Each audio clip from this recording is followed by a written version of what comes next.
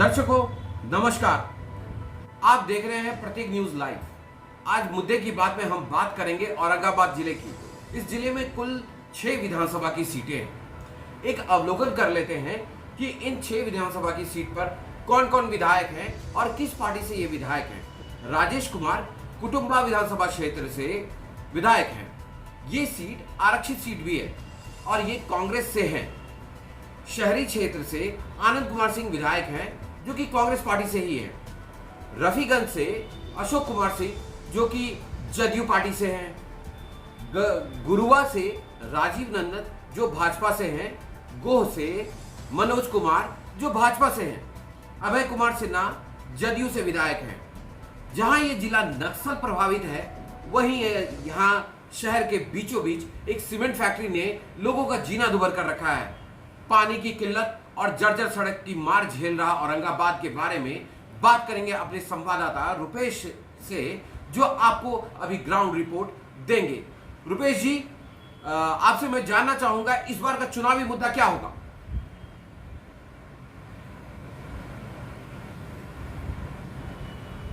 रुपेश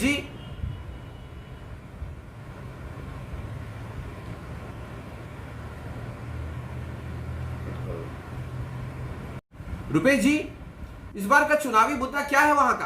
अगर से चुनावी मुद्दा की इस बार औरंगाबाद विधानसभा के चुनावी मुद्दा की बात की जाए तो चुनावी मुद्दा यहाँ सबसे बड़ा मुद्दा है बेरोजगारी।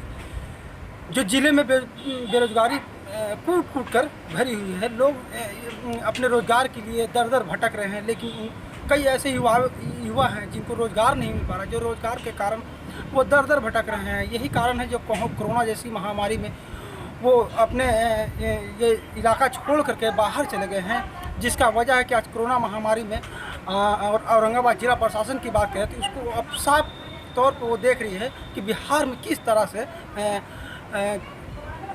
बेरोजगारी की समस्या है। जी, मतलब आपका कहने का मतलब ये हुआ कि जो वहाँ पर रोजगार का कोई से संबंधित किसी तरह का कोई इंडस्ट्री नहीं है या फिर किसी तरीके का रोजगार मुहैया कराने के लिए सरकार विफल हो रही है, ऐसा आपका कहना है? देखिए, मैं आपको बताना चाहूँगा दर्शकों कि आप जो ये देख रहे हैं बिहार की स्थिति, अभी तक में मैंने जितने जिले को कवर किया है उस जिले में हर जगह पे ये रोजगार की समस्या है।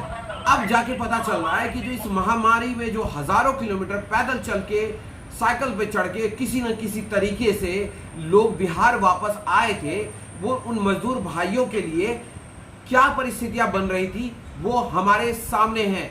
आज आप ये दृश्य देख सकते हैं। इस दृश्य से हमें साफ साफ पता चलता है कि जो हर जगह पे ये बेरोजगारी की समस्या है। रुपेश जी, इसके अलावा आपसे मैं ये भी जानना चाहूंगा कि बेरोजगारी के अलावा वहां पर क्या क्या और मुद्दे बनते हैं? क्या सड़क वहाँ की सही है? जी, अगर से मुसीबतें की बात करें तो कई ऐसे सारे समस्या है जो कहा नहीं जा सकता है। जैसे कि अगर बात करें सड़कें की बात करें तो सड़कें कई ऐसे जगह हैं, कई ऐसे गांव हैं। चूँकि ये औरंगाबाद जिला जो है नक्सल प्रभावित इलाका माना जाता है, तो ऐसे में कई ऐसे गांव हैं जहां की स्थिति सड़क जो है बिल्कुल जर्जर हालत में है। लोग आने और जाने को मजबूर हैं। कई लोग तो ऐसे होते हैं जो आते ही रास्ते में दम तोड़ देते हैं, अस्पताल तक के नहीं पहुंचते हैं। ऐसे में अगर सड़क की भी समस्या की जाए तो सड़क का भी कोई अच्छा स्थिति नहीं है। बहरहाल एक और मैं बात करूँ, औरंगाबाद जिले जो प्रॉपर जो घना आबादी का जो औरंगाबाद एक जिला है, जो जसोइया मोड़ के पास स्थित श्री सीमेंट प्लांट है, जहाँ की जिस प्लांट से निकलने वाला डस्ट जो है कि वहाँ पास कई ऐसे गांव हैं जो उसका आज जो है कि उसके मुंह के खाने पड़े हुए हैं। लोग जो है कि एकदम कई तरह की बीमारी से, उस डस्ट से कई तरह की बीमारी से परेशान है। लेकिन जिला पर मतलब आपका कहने का मतलब ये हुआ रुपेश जी की जो वहाँ पे लोगों को अस्थमा सबका की भी परेशानियां होने लग जाती हैं। अस्थमा और दमा, ये सब जो बीमारियां होती है, डस्ट उड़ने से ये सब बीमारियां होती हैं। जी जी, बिल्कुल बिल्कुल। इसमें कई माने संकोच नहीं है कि जिस तरह से जैसा डस्ट होता है, जो डस्ट से लोग जो प्रभावित है। हालांकि कई लोगों तो कई बार तो ये हल्ला हंगामा भी हुआ, लोग प्रदर्शन भी किए, लेकिन उसके बावजूद भी अगर बात करें तो श्री सीमेंट प्लांट के ऊपर जिला प्रशासन की किसी भी तरह का कोई कार्रवाई नहीं करती है। और ऐसे में खुलेआम वो अपने डस्ट उड़ा रही है और लोगों को इससे प्रभावित कर रही है। जी, मैं आपको बताना चाहूँगा दर्शकों कि आपने अभी सुना है, अभी हमारे संवाददाता ने ये बात बताई कि शहर के बीचों बीच एक सीमेंट फैक्ट्री होने की वजह से वहाँ पर पॉल्यूशन यानी प्रदूषण इतना ज़्यादा होता है जिसकी वजह से लोगों के स्वास्थ्य पर प्रभाव पड़ता है। अरे आपको रोजगार मुहैया कराना है तो रोजगार मुहैया कराने के लिए क्या फैक्ट्रियां किसी भी शहर में होती है? शहर से काफी दूर होती हैं।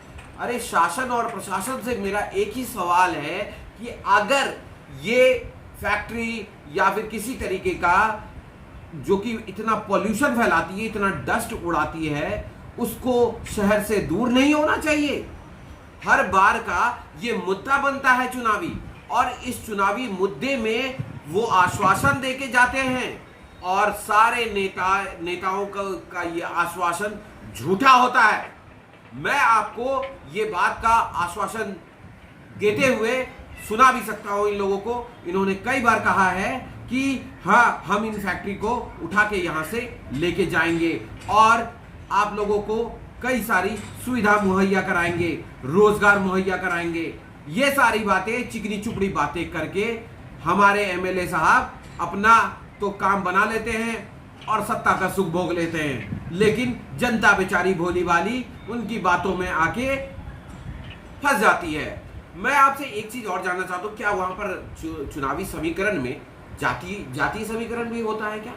जी, अगर से जातीय समीकरण की बात करें तो चूँकि औरंगाबाद इलाका जो है से कि ये चित्तौड़गढ़ माना जाता है, और चित्तौड़गढ़ में ऐसी स्थिति में बिल्कुल जाति वर्ग ये समीकरण तो चलती ही है, लेकिन उसके बावजूद भी जनप्रतिनिधियों की तरफ से लोगों को कई तरह का बहलावा दिया जाता है चुनाव के समय में, और उस बहलावा में आकर के लोग अपने मतों को देते हैं, और उसके बाद फिर उसका कोई भी अता पता नहीं है। ना तो जनप्रतिनिधि उनके पास मिलने जाते हैं, ना ही तो कोई समस्या का निदान कर पाते हैं। यही कारण है कि जनता आज लोग उनके अंदर में आक्रोश है। जी, आपने अभी सुना था, हमारे संवाददाता ने काफ़ी सारी बातें बताई और इन सड़कों की हालत, पुल पुलिया के बारे में क्या ख्याल है आपका? मतलब पुल पुलिया के बारे में भी आप कुछ बताना चाह रहे थे? आप बता रहे थे कि जो कुछ पुल पुलिया है जिस पर कि कई आश्वासन पिछले साल भी हुए थे, पिछले इलेक्शन में भी हुए थे कि ये पुल पुलिया बनाया जाएगा। इन सब में कितने पुल पुलिया बनाए गए, क्या क्या रहा उसमें, कुछ उसमें भी जी बिल्कुल। ये अगले बार जब चुनाव हुई थी, कई ऐसे जो ग्रामीण इलाके हैं जहाँ पास सड़कें जर्जर हैं, कई ऐसे पुल हैं जो ध्वस्त हो चुके हैं, और जनप्रतिनिधियों की तरफ से आश्वासन मिली थी कि बस आप लोग निडर होकर के एकदम बिल्कुल मत कीजिए, और जैसे ही जीत सुनिश्चित होती है उसके बाद मैं इस पुल पुलिया का या सड़कें हैं जो भी उसके पूरी तरह से ठीक करा देंगे, क्योंकि आने जाने में कोई परेशानी न हो। लेकिन आज चुनाव के लगभग तकरीबन अब अगले चुनाव आने वाला है, लेकिन उसके बावजूद भी अगर गांव के इलाके में जाके देखें तो ना ही तो सड़कें बनी हैं और ना ही पुल पुलिया बनी है। यही कारण है कि पिछले दिनों कुछ ग्रामीणों ने एक ग्रामीण इलाके में ही लोगों ने वोट बहिष्कार का घोषणा भी कर रखा है। जी, आप सुन सकते हैं कि जो वोट बहिष्कार का भी घोषणा कर दिया था वहां के ग्रामीणों ने। और एक चीज मैं ये भी बताना चाहूंगा कि जब वहां पर जब जनता वहां पे गुहार लगाती है विधायकों के पास, तो विधायक जी का कुछ इस तरीके का बहाना होता है कि वो कहते हैं कि जो हम तो सत्ता पक्ष में नहीं है, हम क्या कर सकते हैं। अरे विधायक जी, आप भोली भाली जनता को बेवकूफ बना सकते हैं, हमें नहीं। हम जानते हैं कि हर एक विधायक को एक पर्टिकुलर फंड मिलता है। आप अपने अनुमंडल का, अपने जिले का आपको उद्धार करना, आपको उसका प्रोग्रेस करना आपका कर्तव्य है, और उस कर्तव्य का वहन करना। और अगर आप विपक्ष में हैं तो आप आवाज उठाइए। क्या सत्ता पक्ष उस बात को सुनती नहीं है? विपक्ष की बात को सुनने के लिए ही तो बैठी है। विपक्ष जब आवाज उठाती है तो उस पर 100% जो है पक्ष की पार्टी जो है उस पर अपना मंतव्य रखती है, और उस पर अगर वो सूटेबल बात होता है तो 100% उस पर इम्प्लीमेंटेशन भी होता है। मैं शुक्रिया रुपेश जी, आपका बहुत बहुत धन्यवाद। अभी आप सुन रहे थे हमारे संवाददाता रुपेश को। ये औरंगाबाद की ग्राउंड रिपोर्टिंग हमें बता रहे थे। और ग्राउंड रिपोर्टिंग में आपने अभी सुना था कि जो कितनी समस्याएं हैं औरंगाबाद की, नक्सली प्रभावित एरिया, सूखा, और वहाँ पर पानी की किल्लतें हैं। और इस किल्लतों में आपको मैं बता दूं कि जो वहाँ पे कृषि भी नहीं हो पाता है। वहाँ पे धान और गेहूं के जो खेती होती है, उस खेती में किसानों को एक सही रेट नहीं मिल पाता, जिसकी वजह से उन्हें औने पौने दाम पर बिचौलियों को अपने अनाज को बेचना पड़ता है। इन सब बातों को मैं यहीं पर विराम देता हूं। इसके साथ मैं आपसे एक सवाल जरूर पूछूंगा कि जनता, आप विधायक से जरूर ये सवाल पूछिए कि इतने साल तक आप कहाँ थे। आपसे तो हम लोगों ने बहुत सारी उम्मीदें रखी थी, आपने आज तक हमारे लिए क्या किया। आप जरूर पूछें इस बार वोट मांगने जब वो आए। आपको जगाना, आपको सचेत करना हमारा कर्तव्य है। धन्यवाद।